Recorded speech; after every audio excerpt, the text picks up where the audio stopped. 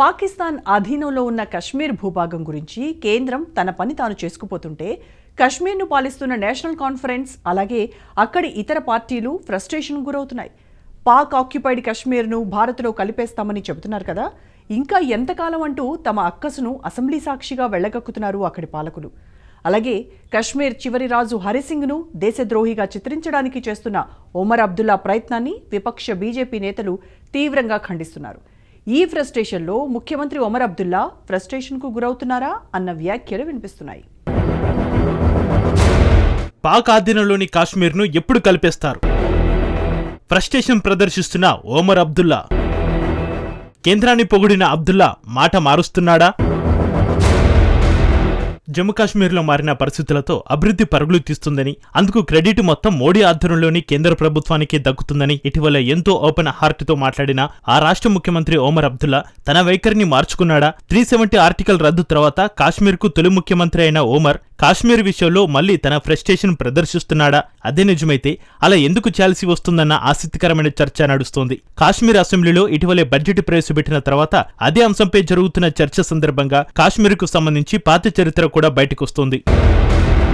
కాశ్మీర్కు సంబంధించి హాట్ చర్చ ఎక్కడ మొదలైందంటే 370 ఆర్టికల్ రద్దు తర్వాత జూలై 13తో పాటు డిసెంబర్ 5వ తేదీని కూడా సెలవుగా రద్దు చేశారు. ఈ నిర్ణయంతో కాశ్మీర్లోని ఇస్లామిస్టులకు మింగుడు పాడడం లేదు. జూలై 13 సెలవు వెనకాల పెద్ద కథే ఉంది. 1931లో జూలై 13వ తేదీన ఆనాటి కాశ్మీర్ రాజు హరిసింగ్ ప్రభుత్వాన్ని కూలదోయడానికి ఇస్లామిక్ జిహాదీ శక్తులు తిరుగుబాటు చేశాయి. శ్రీనగర్ సెంట్రల్ జైలు మీద దాడి చేశాయి. అందులో అప్పటికే ఖైదీలుగా ఉన్న జిహాదీలను విడిపించుకోవడం, అనంతరం హరిసింగ్ ను రాజ్యభ్రష్టుణ్ణి చేయడం ఆనాటు టెర్రరిస్టుల లక్ష్యం. హరిసింగ్ ను కాఫీర్గా చెబుతూ కాఫీర్ పాలన నుంచి కాశ్మీర్కు విముక్తి కల్పించాలంటూ వారు జైలు మీద దాడి చేశారట. అయితే కాశ్మీర్ రాజు హరిసింగ్ అలా దాడి చేసిన 22 మంది జిహాదీలను కాల్చివేశాడట.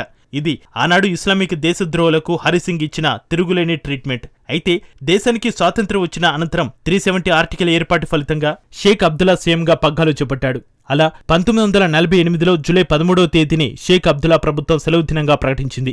ఆ 22 మంది టెర్రరిస్టులను అమరవీరులుగా ప్రకటిస్తూ షేక్ మహమ్మద్ అబ్దుల్లా ఫర్మానా జారీ చేశాడు. అప్పటి నుంచి 2019లో 370 ఆర్టికల్ రద్దయ్యేదాకా ఆ టెర్రరిస్టులను అమరవీరులుగా, స్వాతంత్ర సమరయోధులుగానే కాశ్మీర్లోని అన్ని పార్టీలు పరిగణిస్తూ వస్తున్నాయి.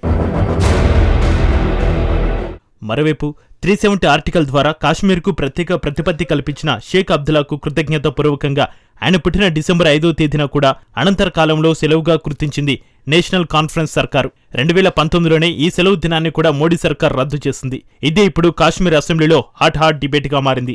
కాశ్మీర్ కోసం పోరాడి ఆ 22 మంది ప్రాణాలు పోగొట్టుకుని అమరులైతే ప్రత్యేక కాశ్మీర్కు పితామహుడైన షేక్ అబ్దుల్లాను విస్మరించడం ఇక్కడి ప్రజలను అవమానపరచడమేనని ఒమర్ అబ్దుల్లా అంటున్నాడు. ఆ రోజులను మళ్లీ సెలవుగా ప్రకటించాలని లెఫ్టినెంట్ గవర్నర్ ను డిమాండ్ చేస్తున్నాడు. అయితే దీన్ని కాశ్మీర్లో విపక్షమైన బీజేపీ తీవ్రంగా వ్యతిరేకిస్తుంది. హరిసింగ్ ను కాఫీర్గా గుర్తించి ఆయన రాజ్యానికి ద్రోహం తలపెట్టిన ఎవరైనా దేశద్రోహులేనని విపక్ష నాయకుడు సునీల్ శర్మ అంటున్నాడు. కాశ్మీర్లో ఐఎస్ఐ ఉగ్రవాదులు, జమాతే ఉగ్రవాదులు అంతమైపోయారని, అలాంటి పరిస్థితుల్లో జూలై 13 వంటి సెలవు దినాలను ఎత్తేస్తే మళ్లీ ఉగ్రవాదం పుట్టుకొస్తుందని అసెంబ్లీలో కామెంట్ చేసిన పీడీపీ ఎమ్మెల్యే తీరుపై సునీల్ శర్మ ఆగ్రహం వ్యక్తం చేశారు. హరిసింగ్ చేసిన అభివృద్ధిని అనుభవించిన కాశ్మీర్ పాలకులంతా ఆయన్నే దేశద్రోహిగా అభివర్ణించడాన్ని తాము సహించబోమన్నారు. ఆ సెలవు దినాలను పునరుద్ధరించే సవాలే ఉత్పన్నం కాదన్నారు.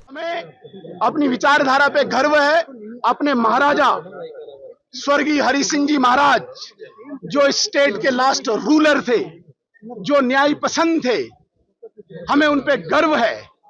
और उनके विरुद्ध जो भी आवाज उठी हो उसे कभी शहीद नहीं माना जाएगा.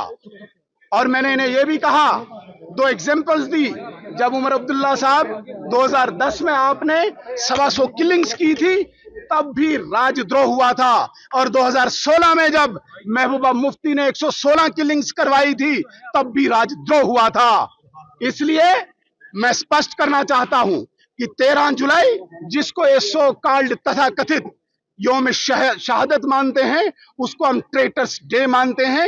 दोबारा कभी ये जम्मू कश्मीर की धरती पे रेस्टोर नहीं हो. మరోవైపు కాశ్మీర్లో శాంతియుత వాతావరణం నెలకొందని, అభివృద్ధి పరుగులు తీస్తుందన్న సీఎం ఒమర్ అబ్దుల్లానే తన తాతగారైన షేక్ అబ్దుల్లాకు జరిగిన ట్రీట్మెంట్ తో ఫ్రస్ట్రేషన్ కు గురయ్యారనే వ్యాఖ్యలు వినిపిస్తున్నాయి. ఒకవైపు మోడీని తాను పొగుడుతున్నా తన తాతగారికి మాత్రం చరిత్రలో చోటు లేకుండా చేయడమే ఆయన జీర్ణించుకోలేకపోతున్నాడన్న వ్యాఖ్యలు వినిపిస్తున్నాయి. ఆ ఫ్రస్ట్రేషన్ లోనే పీఓకేను భారత్లో కలిపేస్తామని చాలా మంది బీజేపీ నేతలు అంటున్నారని, ఆ పని ఇంకెప్పుడు చేస్తారంటూ అక్కసి వెళ్లగక్కుతున్నాడంటున్నారు. పీఓకేతో పాటు చైనా కూడా కూడా కాశ్మీర్ను ఆక్రమించింది కదా, దాన్ని కూడా పివోకేతో పాటే వెనక్కి తీసుకురావాలని సవాల్ విసురుతూ నోరు పారేసుకుంటున్నాడంటున్నారు. जम्मू कश्मीर का एक नक्शा आपको दिया, चलिए एक हिस्सा पाकिस्तान के पास में, उस पर भी आज फॉरेन मिनिस्टर साहब ने कहा कि हम वापस लेके आएंगे. किसने रोका? मुझे बताइएगा किसने रोका? जब आप लाएंगे ना, मेहरबानी करके जब ये थोड़ा सा हम पे एहसान करिए, जब उस तरफ का लाएंगे तो जो चीन के पास है ना वो भी लाइए. కాశ్మీర్ విషయంలో విదేశాంగ మంత్రి జయశంకర్ ఇటీవల తన లండన్ పర్యటనలో ఓ జర్నలిస్టు అడిగిన ప్రశ్నకు అతి లాఘవంగా అత్యంత తేలిక భావంతో పీఓకే గురించి మాట్లాడడం చర్చాంశంగా మారింది. పీఓకే భారత్లో విలీనానికి 370 ఆర్టికల్ రద్దుతోనే మొదటి అడుగు పడిందని, ఆ తర్వాత అక్కడి ఎకానమీ అభివృద్ధి కోసం, సామాజిక న్యాయం కోసం 2వ అడుగు పడిందని, అసెంబ్లీకి ఎన్నికలు నిర్వహించడం ద్వారా 3వ అడుగు పడిందని ఫటాఫట్ చెప్పేశారు. ఇక ఇల్లీగల్ గా పీఓకేను ఆక్రమించిన పాకిస్తాన్ ఇప్పుడు స్వచ్ఛందంగా హ్యాండ్ ఓవర్ చేయడం ఒక్కటే మిగిలి ఉందంటూ అత్యంత తేలిగ్గా చెప్పేయడం కాశ్మీర్లోని కొన్ని పార్టీలకు కంటగింపుగా మారిందన్న వ్యాఖ్యలు వినిపిస్తున్నాయి. Actually, we have done, I think, a good job solving most of it. I think removing Article 370 was one step, number one.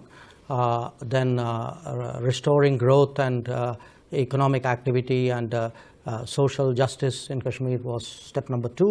Holding elections, which were done with a very high turnout, was step number 3.